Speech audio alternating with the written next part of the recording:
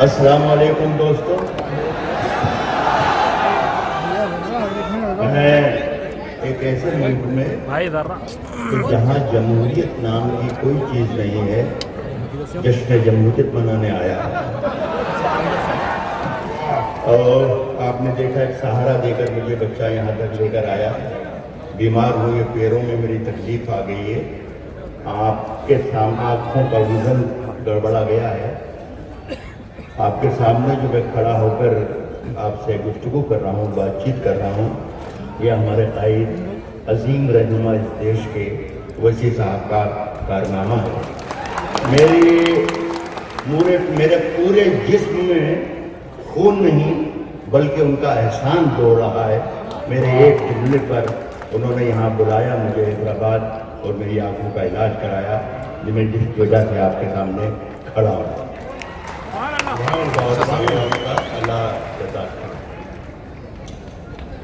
بغیر کچھ کہے, اس لیے کہ جو وقت انہوں نے مجھے دیا ہے, فرشوری صاحب نے, میرے بہت پرانے دوست ہیں, اتنی دیر میں تو میں لبان ہی جلاتا ہوں. دوست اپنی پہچان مٹانے کو کہا جاتا ہے. جو کام کی بات ہوگی وہی کر دوں گا. عرض کر رہا ہوں کہ اپنی پہچان مٹانے کو کہا جاتا ہے. بستیاں چھوڑ کے جانے کو کہا جاتا ہے. اپنی پہچان مٹانے کو کہا جاتا ہے. بستیاں چھوڑ کے جانے کو کہا جاتا ہے. پتیاں روز گرا جاتی ہے زہریلی ہوا, اور ہمیں پیڑ لگانے کو کہا جاتا ہے.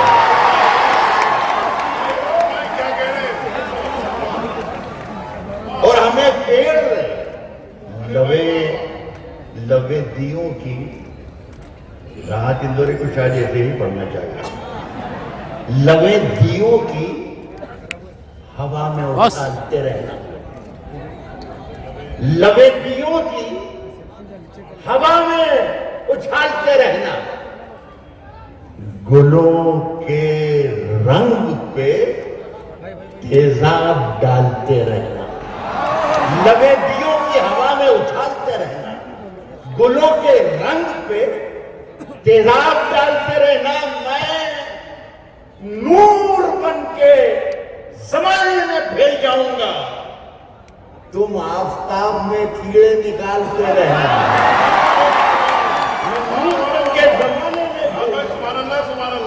میں نور بن کے زمانے میں پھیل جاؤں گا, تم آفتاب میں کیڑے نکالتے رہنا. گھروں کے دھستے ہوئے, غور سے سنیں, گھروں کے دھستے ہوئے منظروں میں رکھے ہیں. گھروں کے دھستے ہوئے منظروں میں رکھے ہیں. بہت سے لوگ یہاں مقبروں میں رکھے ہیں. گھروں کے دھستے ہوئے منظروں میں رکھے ہیں. بہت سے لوگ یہاں مقبروں میں رکھے ہیں. ہمارے ایک شخص شریک ہو جائے, ہمارے سر کی پھٹی ٹوپیوں پہ طنز نہ کر. میں بتا رہا ہوں ڈاکومنٹس, یہ جتنے لوگ ہیں سب گرہ میں باندھ لے. اگر آپ سے کوئی پوچھتا ہے کہ ڈاکومنٹ یا کاغذات تو بتانا کہ ہم بتا رہے ہیں, راحت نے بتا دیا ہے. بتا, گھروں کے دھستے ہوئے منظروں میں رکھے ہیں. بہت سے لوگ یہاں مقبروں میں رکھے ہیں. ہمارے سر کی پھٹی ٹوپیوں پہ طنز نہ کر. یہ ہے ڈاکومنٹ. ہمارے تاج عجائب گھروں میں رکھے ہیں. ہمارے سر کی پھٹی, ہمارے سر کی پھٹی ٹوپیوں پہ طنز نہ کر. ہمارے تاج عجائب گھروں, ہمارے تاج عجائب گھروں میں رکھے ہیں. منظر نے بتایا کہ یہاں پر کئی 2-3 لاکھ کا مجمع ہے, اللہ کرے ایسا ہی ہو, میں تو نہیں دیکھ پا رہا ہوں، لیکن اگر میں دیکھ پاؤں تو میں خدا کی قسم یہاں سے چاند اور سورج نکل آئیں میری آنکھوں سے، تھا اسی محفل میں انشاءاللہ۔ میں سناتا ہوں کہ آپ سب ہیں جتنے بھی ہیں، سب کے لیے میرا مصرع ہے کہ ساتھ چلنا ہے۔ یہ جو بچے آئے ہیں جامعہ سے، لڑکیاں آئی ہیں، بیٹیاں آئی ہیں، ان سب کو شریک کرتا ہوں۔ ساتھ چلنا ہے تو تلوار اٹھا میری طرح، ساتھ چلنا ہے تو تلوار اٹھا میری طرح، مجھ سے بزدل کی حمایت نہیں ہونے والی ہے۔ ساتھ چلنا ہے تو تلوار اٹھا میری طرح، مجھ سے بزدل کی حمایت نہیں ہونے والی، اور اب کے جو فیصلہ ہوگا وہ یہیں پر ہوگا۔ ہم سے اب دوسری ہجرت نہیں ہونے والی، اب کے جو فیصلہ ہوگا وہ یہیں پر ہوگا، ہم سے اب دوسری ہجرت نہیں ہونے والی۔ 4 مصرے اور سن لیجئے۔ پچھلے دنوں فیض کی نظم کے معنی تبدیل کر دیے، پورے ہندوستان کے ہی معنی تبدیل کی جا رہے ہیں، اردو زبان کے شاعر پر بھی یہ شمگاج گری۔ میں یہ نہیں تو میری حیثیت نہیں کہ میں فیض کی دفاع میں کچھ کہہ رہا ہوں، بلکہ میں یہ کہنا چاہ رہا ہوں کہ دنیا کے کسی بھی حصے میں، کسی بھی زبان میں اگر کوئی شاعر ظلم کے خلاف لکھ رہا ہے تو یہ میری تائید ہے اس کے لیے، اور میرے یہ 4 مصرے ہیں۔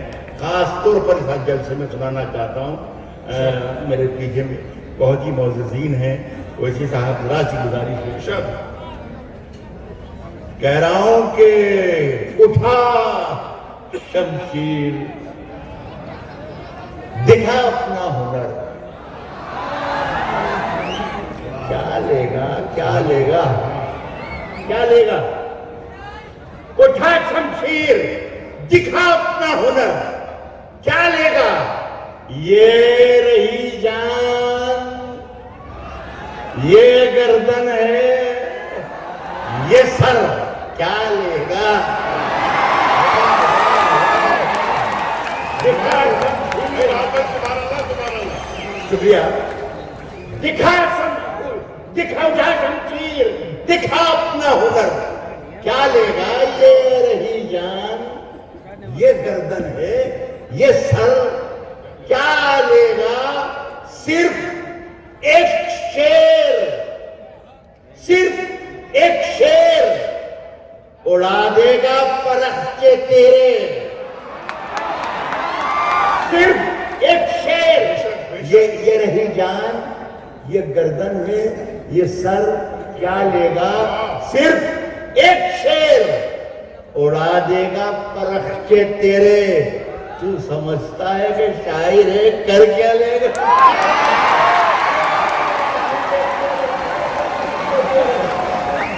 صرف ایک شیر اڑا دے گا پرخچے تیرے۔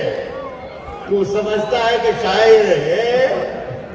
ایک میں عام طور پر سرسول صاحب جانتے بھی ہیں، آپ بھی زیادہ تر لوگ جانتے ہیں کہ میں عام طور پر فرمائشیں پوری نہیں کرتا، اور کوشش کرتا ہوں کہ ٹل جائے، لیکن آج عجیب و غریب معاملہ ہوا کہ میں اس دور سے چلا ہوں، جب سے لگا کے کم سے کم درجن بھر فون میرے پاس آئے کہ راحت بھائی ہم وہ سننے کے لیے آج کے جلسے میں آئیں گے، غزہ خاص کر۔ تو میں اتنے لوگوں کو ناراض نہیں کر سکتا، یہ لاکھوں لوگ بھی سننا چاہتے ہیں۔ یہ 1.5 منٹ میں انشاءاللہ غزل ختم ہو جائے گی۔ مجھے وقت دے دیجیے خدا کے۔ اگر خلاف ہے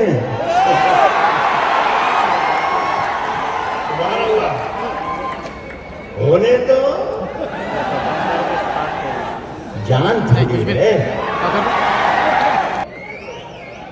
ادھر بھی حیدرآبادی تو آزاد مزہ آ جاتا، میں سامنے کے اتنے بھروسے کے ساتھ سنتا ہوں، کہہ رہا ہوں کہ اگر خلاف ہے ہونے تو جان تھوڑی ہے، یہ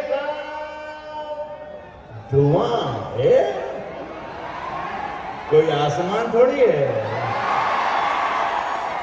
اگر خلاف ہے ہونے دو، جان تھوڑی ہے یہ صاحب. دھواں ہے، کوئی آسمان تھوڑی ہے صاحب. لگے گی آگ ہم کرایہ تو دار ہیں، آئیں ذاتی گے مکان گھر تھوڑا ہی کے ہے. زد میں.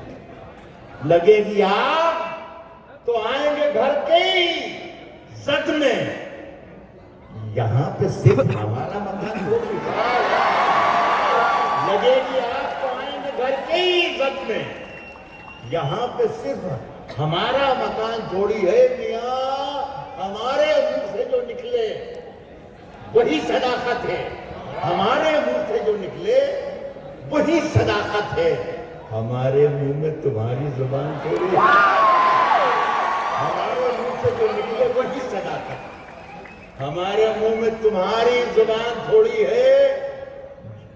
ہمارے منہ میں تمہاری زبان تھوڑی ہے.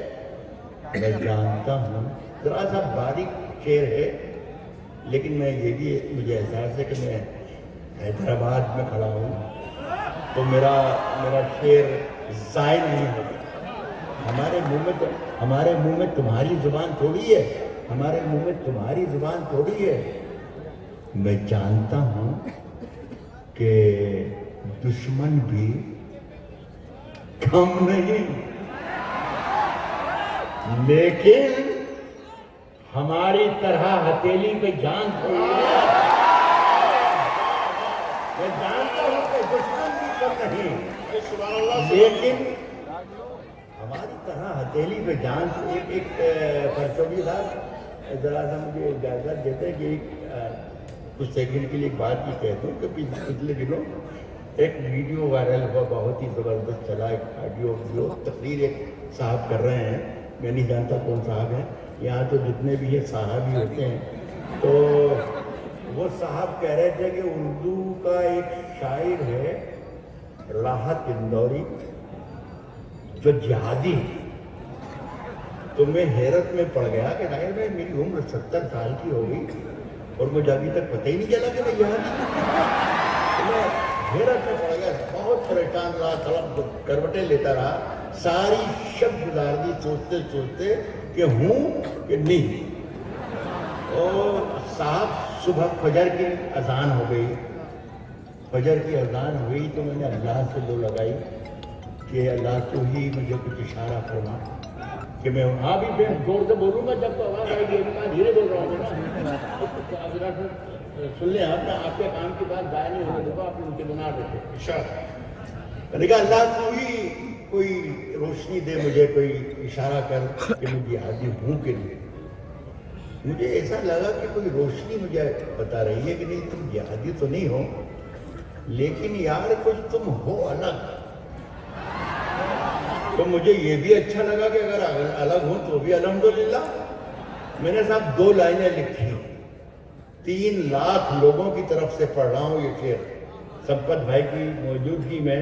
اگر یہاں یہ منظر نے کہا ہے کہ میرے سامنے لاکھوں لوگ ہیں تو ان لاکھوں لوگوں کی طرف سے راحت اندوری بھی شریک ہو کر آپ سب کے لیے یہ شعر پڑھ رہا ہوں. ہر شخص کے دل میں یہی ہے جو میں کہہ رہا ہوں. کہتا ہوں کہ میں جب مر جاؤں تو وہیں آ جاؤں گا، ہتھیلی پہ جان تھوڑی ہے.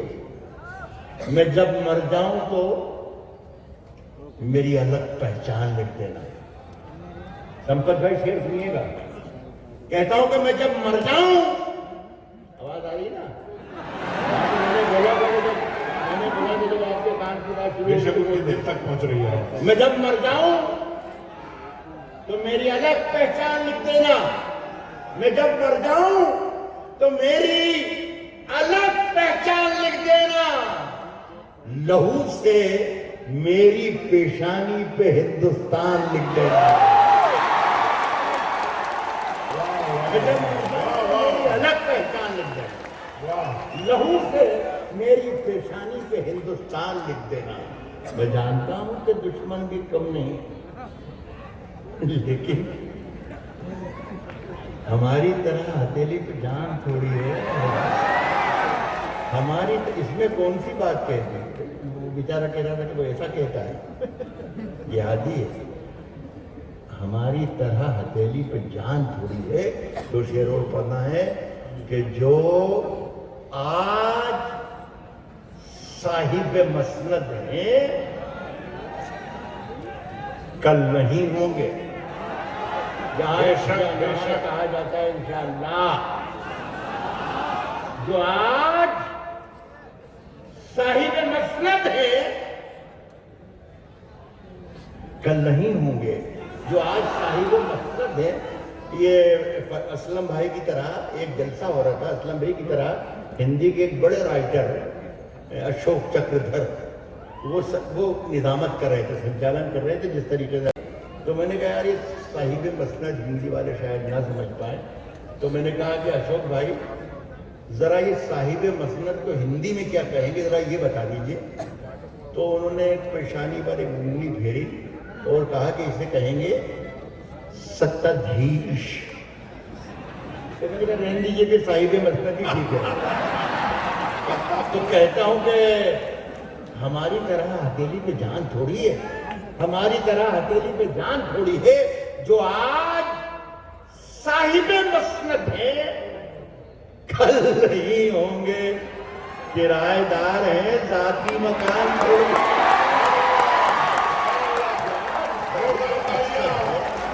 کل نہیں ہوں گے. کرایہ دار ہیں ذاتی مکان تھوڑی ہے. آخری شعر پڑھتا ہوں. افسوس کہ میڈیا نے اخبارات نے جو بھی ذریعہ انہیں ملا اس شعر کو بنا دیا کہ یہ بتا دیا کہ یہ کسی مسلمان کا شعر ہے یا کسی نے لکھ دیا کہ یہ کسی ہندو کا شعر ہے. یہ مجھے اس کا دکھ ہے, اس کا افسوس ہے. نہ تو یہ ہندو کا شعر ہے نہ یہ مسلمان کا شعر ہے. یہ ہر اس ہندوستانی کا شعر ہے جو اپنے وطن کے لیے ہر وقت اپنی جان دینے کے لیے تیار ہے. ہندو, مسلم, سکھ, عیسائی, کوئی بھی کسی بھی دھرم کا کسی بھی ذات کا ہو, اگر وہ ہندوستانی ہے تو میرا یہ شعر اس کی آواز ہے, اس کا شعر ہے. کرایہ دار ہیں ذاتی مکان تھوڑی. کرایہ دار ہیں ذاتی. یہ دیکھو یہ والی آواز نہیں آ رہی ہوگی آپ کو, اس لیے میں دھیرے بولوں. کرایہ دار ہیں ذاتی مکان تھوڑی ہے. سبھی کا خون ہے شامل یہاں کی مٹی میں. سبھی کا خون ہے شامل یہاں کی مٹی میں. کسی کے باپ کا